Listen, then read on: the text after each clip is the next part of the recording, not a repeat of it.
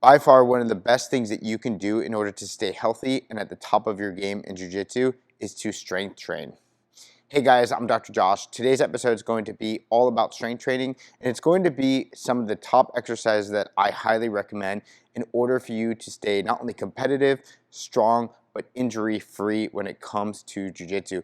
We all know that jiu-jitsu is plagued with a lot of injuries, and one of the things among the entire aspect of research is strength training. Strength training has been shown over and over and over to reduce injuries in all types of sports. So whether you're aging and you're becoming more on the tail end of jiu-jitsu, maybe you're an up-and-coming competitor, or maybe you just love to do this as a hobby, either way, strength training is going to be good for you. And I recognize that this is a massive topic, but I'm going to show you some of my top exercises and how to complete them in order to help yourself stay in the game and stay on the mats longer. Arguably, one of the most important aspects of jiu-jitsu is our pulling effect, right? So the ability to pull somebody into a drag or back into guard with our arms and our upper body. That is exactly why I like pulls, whether it comes to rows, backs. You want to be able to do not only a horizontal row, which is something like this, you also want to be able to do an overhead row, which is like a pull-up, but my favorite exercise is a bent over row. The reason it is amazing, the bent over row, is because it is very similar to jiu-jitsu. Whether we are in guard or in somebody's guard like this and somebody's kind of pulling us up into a triangle, we're pushing away, we're pulling, we're all the time, and we're posturing up. Because of that, we're also strengthening our posterior chain, we're strengthening our core, our stability. We have to be in this nice, good position. So we have to have really good posture, so it really translates very well to jiu-jitsu. In addition to that, we use our hands, we use our arms, and we do a lot of pulling, whether it's we're doing side control or we're doing some sort of guard pass. It's really about a push and pull mechanism, and so it's really, really important to do that. To do this, first of all, I'm going to show you how to do it, but before you do that, if you cannot do your own body weight at least 10 to 12 times, well, now you have something to work towards, because it doesn't matter if you're beginner, you're intermediate, or you're advanced. This is a good exercise for you, and this is one of my top exercises. So be able to do your own body weight at least 10 to 12 times before moving up in weight or before starting to get to another level when it comes to this exercise. But do this, it is phenomenal, and I'm going to show you how to do it. So the bent over row is going to come in here. You're going to lift up, come up. You want to make sure you have a good spinal posture, and you're going to come in and you're going to just row towards your belly button. You don't want to shrug and you don't want to arch with your back. Try to keep it straight and pull in. Good. And that is how you do the bent over row. Another great exercise that you are going to do is a squat, a deadlift, or some sort of lunge, or you're going to be doing some sort of sled push. Now, we all know that legs are super involved in jiu-jitsu, whether it's mobility, guard, putting somebody down, arm barring somebody and pinching your knees, locking somebody down. This is going to be really, really important. First of all, it's really important to note that everybody has different mobility. Everybody has different skill set. That's why I just labeled 3 or 4 different types, and I'm going to show you how to do a few of them. But a deadlift is going to be super important, where you come in and you actually have the deadlift here, and you're coming up. If you have the mobility, great, that is fine. If you don't have the mobility, use a hex bar. Use something like that. You could even do what I call a horse stance deadlift. So that means where you're stepping here, and you're going to step in between. Right? So just take a look at this here. You're going to step over and under, right? One hand's going to go down, the other hand is going to go up. So it's going to look like this. And then what we're going to do is we're going to come in here and we're going to stand under. So that means the weight goes directly underneath us instead of having a little bit more of the technical aspect of coming through. If you have lower back pain, if you're somebody who's dealing with hip issues, things like this, and you're not ready for this, you're more than welcome to start higher up. Or you can do hex bar deadlifts and still start higher up. Heck, you could even go to another form of exercise that I'm going to show you later. But what we're going to do here is we're going to come over here and we're going to come up and back through. Okay? So this is how we do the horse stance deadlift, and then we can come in and come back up. Okay? So this is another form or variation that is really beneficial for jiu-jitsu. Again, using a lot of power in our legs, strength, and grip strength as well. Not everybody is a skilled deadlifter. Not everybody has the mobility as we just talked about. So one of the things that you can do instead is push a sled. The problem with sled pushing is that people get a little sloppy and they use it as a metabolic conditioning. We're not going to talk about that as a metabolic conditioner, but we're going to use it as to help drive the hips. Now, when I do sled work, especially when it comes to jiu-jitsu, I really like to be barefoot. Why? Because it simulates being barefoot on the mat, right? We get good toe engagement, we get foot and ankle movement, right? We really get a chance to push and kick off of that. In addition, we can get really low, we can stay high. It's really very important because it's very sport specific, right? We're constantly on the mat, we're constantly in this position, we're doing, single leg, double legs. We're also driving onto our feet when we're trying to really pass somebody's guard. So this looks very similar, right?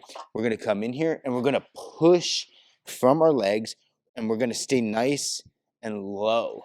And when we come off to the side, which I'm gonna show you here, which is what a lot of people do, is they'll push like here. If you watch my hips here, they kind of are short. I want people to push and generate force and power and get what we call triple extension, which really means you get extension of the foot, the ankle, knee, hip, basically the foot, ankle, hip, right? And you're gonna push off, okay? You don't wanna be coming up like this and extending from the spine. You wanna drive the power through the legs, and this is very good. And this is very good to help simulate all the things that you do in jiu-jitsu. Again, it's a great leg workout that is a great alternative to the squats and deadlifts. Another exercise that I really like is a bench press. More specifically, I really like a little bit more of a closed hand bench press because we get a chance to usually work our chest, but a little bit more of our triceps. In jiu-jitsu, if somebody has our back or if they're being heavy on our pressure, there's a lot of pressure that we have to push back. Now, if you're on the bottom, it's really not as much pushing, but it's more about framing, but you still need some extension into those arms to really push people away. Sometimes you're grabbing a collar and really kind of pushing that way when you're going over or single leg X's and stuff like that. But it's really a good idea to get not only the chest, but a little bit of that close grip push-up. That close grip push-up is what's going to help those triceps fire and push out here. So while most people will end up being here, maybe a little wider, I'm gonna come a little bit closer and really practice pushing from my chest and exploding up comfortably. Now, a lot of people will bounce off the chest. I'm not a big fan of chest bouncing unless you need it for the one last or two last treatments or repetitions to get through there. But I really like to practice pushing off of the chest so that you can practice pushing yourself off of the mat or exploding and doing things like that. One great exercise that I like, not only for jiu-jitsu, because it's really functional for our grip strength and our posture, but also for just life in general, is the farmer's carry, a unilateral carry, which is a one-arm carry, or even a carry up here or up here. It's totally up to you what you want to do, but at the same time, this really helps build a lot of strength and stability in not only our hands, but our shoulder girdle and our neck. We cannot carry these heavier weights with a bad posture here, and you cannot break a good guard or even a decent guard if you have really poor posture. So you really need to be strong in erecting your spine and being able to stand up.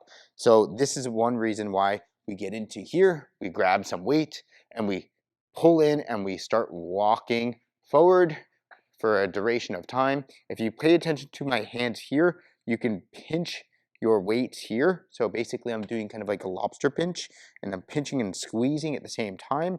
Or you can wrap around in more like a monkey grip. This is not much of a hand grip here as much of it is here. So you got to be careful. Monkey grip versus lobster claws here. This is going to be a difference between able to squeeze here and not really to be able to squeeze. So maybe you're getting a little fatigued in your grips and you want to switch over in the last set and really just more work your upper back and your posture here. Again, it really stabilizes the neck And we all know that jiu-jitsu is tough on the upper back and the neck. So it's really important to do this exercise. So if we jump back to another exercise for legs, and it's again really, really important to work the legs, you want to be doing some sort of split stance exercise. Split stance really just means we are one leg forward, one leg back. Very, very similar to your wrestling stance, your jiu-jitsu stance, even some sort of judo guys, they're still split stance sometimes, okay? So it's really important to not only do that, but also when we're taking somebody down, maybe we're in somebody's guard and we're kind of like playing here, we're playing here. Either way, we do need to generate not only power, but force, not only going down, but sometimes going up, sometimes sliding across. So it's really important that we practice lunging or some sort of weight training here. We could come forward and step back, or looking from the side, we can just straight step back and come up. You can also do a Bulgarian split squat or some sort of form where you have your leg onto a bench and you kind of come back. That is going to be really important, and it's going to help generate a lot of power for your legs. Again, legs are key, and upper back and pulling is really key for jiu-jitsu. One exercise that's really important is going to be getting some rotational movements. We know jiu-jitsu is not just forward and back when we shrimp, when we try to drag across, when we try to come back around and take somebody's back. This is jiu-jitsu. This requires not only some rotational movements, but it requires some speed and some power and explosiveness to it. So for that reason, we're going to use a med ball just like this, whether it's 8 pounds, 10 pounds, it doesn't really matter, but we're going to throw it up against the wall. So we're going to have one leg back, one leg forward, and we're going to throw it up into the wall pretty hard, right? It's not going to just be, it's going to be set feet and coming across. And you're going to be getting some power to be generated. Once you do 5, 6, 7, 10, whatever you feel like you're doing on one side, maybe you'll take a break. Then we're going to do the same thing. And then you're going to come across, doing the same thing over and over. Now, one other exercise that I really like that I have not seen very often is to help develop isometric strength. Isometric strength is a fancy word for saying holding that strength. Bear hugs, holding people in place, really just cinching down on people, right? Whether it's in your guard, whether it's in half guard. I really like to burn out when it comes to isometric holds. I will do like a gable grip here, just like this, and I'll squeeze as hard as I can, and I'll walk like this, right? So I call this the bear hug walk. Bear hug as hard as you can, and I'm gonna squeeze as hard as I can for about 10, 20, 30 seconds. And I'm gonna walk at the same time. So I will come here, and I'm gonna squeeze, and I'm gonna walk. So basically it's like simulating whether you double leg somebody and you pick them up and you squeeze and you have to walk them, right? Twist them to the side. Maybe you're doing a body lock. Maybe it's, the end of the period and you're trying to hold somebody down. You really wanna hold them down hard. I tend to do this. And when it comes to training as well, in the last 5, 6, 7, 8, 10 seconds, I literally hold somebody and I squeeze as hard as I can to practice locking them in place. And it really helps to burn out my arms and my upper body, right? So when we do this, we have to not only pull in with our grips, I will also change the grip from this gable grip to this one, making sure I'm even on both sides. And I'm going to pull in and I'm going to squeeze. And now I'm going to go walk. But I'm going to work as hard as I can for 8, 10, 20 seconds. And I'm going to walk as far as I can for those 20, 30 seconds while I do this. You'd be surprised. This is going to get your heart rate up, and it's going to get your upper body isometric strength up there very quickly. So I just want to thank you for watching this episode. And if you're somebody who's dealing with lower back pain, maybe you're dealing with some injuries or strength training issues when it comes to jiu-jitsu, make sure you download our free low back pain guide and click that free back pain link. It's got some of the best exercises to help you with your mobility, with pain relief, and with starting to strengthen out your lower back once and for all. Again, if you found this video helpful, make sure you subscribe. We have tons of videos that are coming out on jiu-jitsu and jiu-jitsu specifically topics when it comes to injury, sports injuries, prevention, how to get out of pain, mobility for jiu-jitsu, all this good stuff. So make sure you subscribe.